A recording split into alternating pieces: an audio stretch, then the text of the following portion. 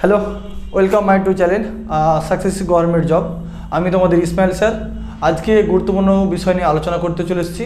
অনেকদিন থেকে বারবার করে বলছো দাদা কবে ছাড়বে ফর্ম। দেখো, যে বিষয় নিয়ে কথা বলতে চলেছি তোমরা থাম্বনেল দেখে বুঝতে পারছো। হ্যাঁ, থাম্বনেলে যেটা লেখা আছে এটা অবশ্যই গুরুত্বপূর্ণ নোটিশ, সেটা তোমাদের কাছে তুলে ধরতে চলেছি। যারা বারবার ফোন করে বলছে দেখো ফর্ম তোমাদের অবশ্যই ছাড়ছে কয়েকদিনের মধ্যে, হাতে গোনা কয়েকটা দিন বাকি আছে। তোমরা কিন্তু প্রিপারেশন শুরু করে দাও। বারবার করে বলছি প্রিপারেশন কিন্তু জোর কদমে শুরু করো, কেননা পিলিতে কী হারে কাট আপ মার যাবে বলা মুশকিল।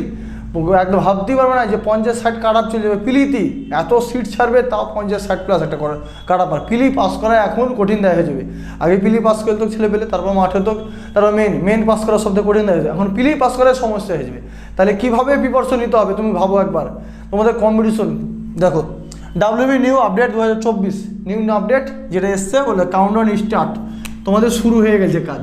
যে কোনো মুহূর্তে পাবলিশ হতে পারে, 100% গ্যারেন্টিতে বলছি, চ্যালেঞ্জ করে বলছি আমি তোমাদের ইসমাইল স্যার, গ্যারেন্টিতে বলছি তুমি খাতা লিখে রাখো, যে কোনো মুহূর্তে তোমাদের ফর্ম ফিল আপ শুরু হতে 15 তারিখের মধ্যে।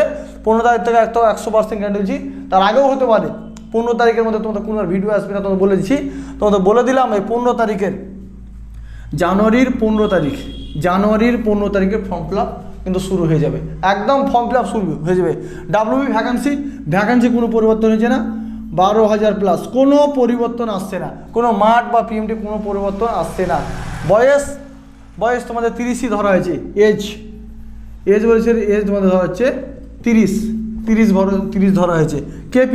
কেপি তো ভ্যাকান্সি সেম আসছে। কেপিতে ভ্যাকান্সি আসছে তোমাদের 3500 প্লাস একটা ভ্যাকান্সি থাকছে। এখানে মেল বা ফিমেল উভয়ই কিন্তু আবেদন করতে পারবে। তার জন্য ফর্ম ফিল আপ তোমাদের হবে। আগে কলকাতা পুলিশের ফর্ম ফিল আপ কিন্তু শুরু হয়ে যাবে। আগে তোমাদের form fill up Kolkata police, প্রস্তুত হয়ে যাও।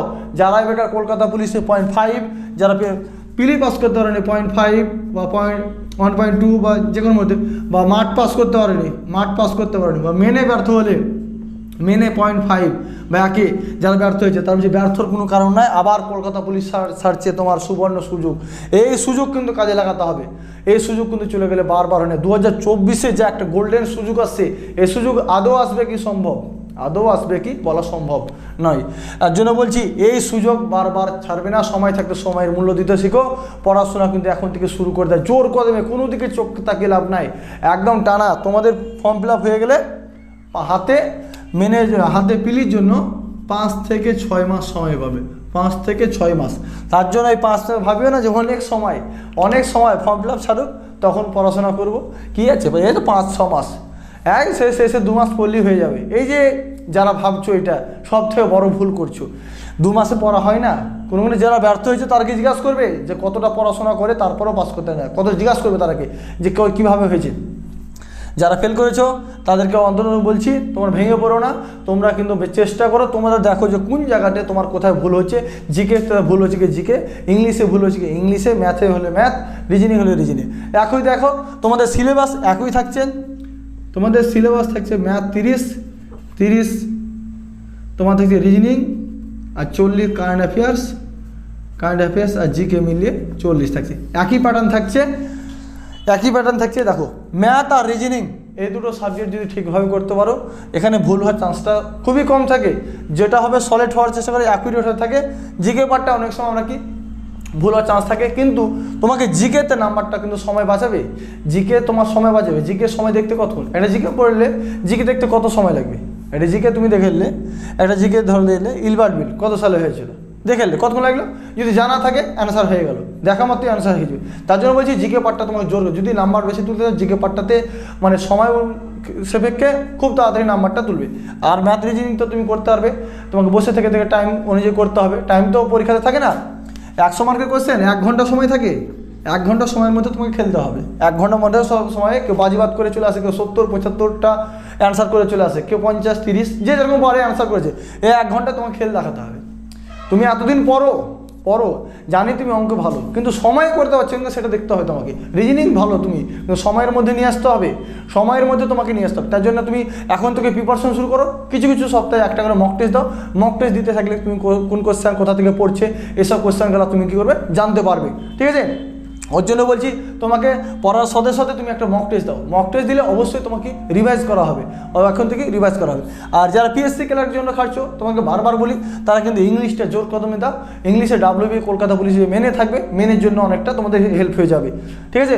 আর এসএসসি জিডি তো খুব একটা ভালো, এসএসসি জিডি তোমাদের 20 ফেব্রুয়ারি পরীক্ষা শুরু, যারা SSC GD form fill up করেছো তারা প্রিপারেশন কিন্তু জোর কদমে এগিয়ে যাও। যদি ভাবো যে হ্যাঁ চাকরিটা অবশ্যই দরকার আমার, লোক দেখানো পড়াশোনা করে লাভ নাই, বারবার করে তোমার ভিডিওতে প্রত্যেক দিনই বলি আমি একটা কথা যে লোক দেখানো পড়াশোনা করে লাভ নাই।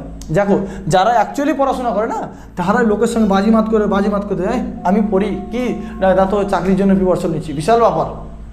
লোকে বলে লাভ নাই, নিজে দেখো, নিজে এমনভাবে প্রিপারেশন করে হ্যাঁ পড়ছি, লোক দেখানো পড়াশোনা জানিয়ে লাভ নাই। আর তুমি ভাবছো যে না দাদা ভ্যাকান্সি কম হ্যান ত্যান ব্যাপার, কী ভাব তুমি 100-র মধ্যে কোনো সময় পেয়েছো? 100-র মধ্যে পেয়েছো 80+ পেয়েছো? পাও না, যাক না কত কাটা মার যেতে, কম সিট হোক না, নিজের একটা সিট আছে কিনা সেটা দেখতে হবে, টার্গেট নিতে হবে যে যাক 100-র মধ্যে 80, যেদিন তুমি পাবে দেখবে সবগুলোই সাকসেস হবে। 100-র মধ্যে 80 পাওয়ার চেষ্টা করো, দেখবে সব পরীক্ষা তুমি সাকসেস। তাহলে সাকসেস নিতে গেলে সহজে সাকসেস আসে না, অনেক কষ্ট সহ্য করতে হয়। অনেক ফ্যামিলি চায় যে ভালো, কিন্তু বাড়ির ফ্যামিলির কারণে সে উঠতে পারে না, গড়ে উঠতে পারে না। যারা বারবার ব্যর্থতা হয়েছে আমাকে কমেন্ট করে অবশ্যই আমার কমেন্ট বক্সে ক্লিক করে যাও, তাদের কমেন্টের ব্যাচ সিরিজ তোমাদের চালু করে দেবো। প্রতিদিন এখন তোমাদের ম্যাথ আর রিজনিং ক্লাসটা আমি জোর কদমে শুরু করে দেবো। তোমাদের জানাতে একটু সমস্যা ছিলাম, সমস্যা অনেকটা দূর হয়েছে, তোমাদের ম্যাথ রিজনিং ক্লাস নিয়ে আসছি। তোমরা আমার ম্যাথ রিজনিং ক্লাস সম্পূর্ণ দেখতে থাকো, তোমাদের ডাব্লিউবি কলকাতা এসএসসি জিডির জন্য একদম শিওর এখান থেকে কমন পেয়ে যাবে এবং নতুন প্যাটার্ন তোমাদের ম্যাথ রিজনিং ক্লাস শুরু হবে। যারা আমার ভিডিওটা দেখছো অবশ্যই ভিডিওটা ভালো লাগলে লাইক কমেন্ট শেয়ার করো, বন্ধুদের মধ্যে শেয়ার করো, ঠিক আছে। দেখো এই বিষয় নিয়ে বলছিলাম 15 কবে থেকে ফর্ম ফিল আপ, 15 জানুয়ারি থেকে ফর্ম ফিল আপ শুরু, একদম 15 ফেব্রুয়ারি থেকে ফর্ম ফিল আপ শুরু। এই দুটো ভ্যাকান্সি, প্রথমে কলকাতা তারপর ডাব্লিউবি। আবগারির কোনো খবর উঠে আসেনি এখনও, আবগারি খবর হয়েছে না, আবগারি খবর এলেই বানাবো। আর বাকি যেগুলো এসআই কলকাতা আছে সেগুলো 18 জানুয়ারি তোমাদের একটা আন্দোলনের করার কথা বলা হয়েছে, সেই 18 জানুয়ারি তোমাদের আন্দোলন। কালকে ছিলাম না, কালকে ডাব্লিউবি প্রসেসিং আউট হয়ে গেলো, ওটার মাঠের ভিডিও তোমাকে একটু দেখাবো, প্রসেসিং আউটে কালকে ভিডিও দিচ্ছি তোমাদের দুপুরবেলার দিকে, ঠিক আছে। ভিডিও যদি ভালো লাগে আমার ভিডিওটাকে লাইক করো এবং বন্ধুদের মধ্যে শেয়ার করো। দেখো তোমাদের জন্য, দেখো যেমন তোমাকে আমাদের দরকার তেমনি আমাকে তোমাদের দরকার, তোমাদের ভালোবাসার জন্য এতটা উঠে এসেছি, বুঝতে কিনা, তোমাদের দুয়াতে এতটাও এসেছি। দেখো ঠিক আছে, এই বিষয় নিয়ে তোমাদের আজকে যতটা বললাম ভালোর জন্যই বলছেন, তুমি কথাগুলা মন দিয়ে শুনো, কথাগুলা কাজে লাগাও, প্রত্যেকটা কথা কিন্তু কাজে লাগাও, তোমাকে কাজে লাগাতে হবে। কেননা এমন কম্পিটিশন আসছে, তুমি বললাম তো ভাবাই মুশকিল, তার জন্য বলছি বারবার করে প্রিপারেশনটা জোর কদমে এগিয়ে যাও। দেখো যার যারা যদি প্রবলেম থাকে কমেন্ট করে অবশ্যই যেন কমেন্টের উত্তর দেওয়া হবে। তোমাদের বলে দিলাম এই টোটাল আজকে আলোচনা ছিল, কাউন্টডাউন একদম শুরু, যে কোনো মুহূর্তে পাবলিশ হয়ে যেতে পারে। ওকে চলো, জয় হিন্দ, বন্দে মাতরম।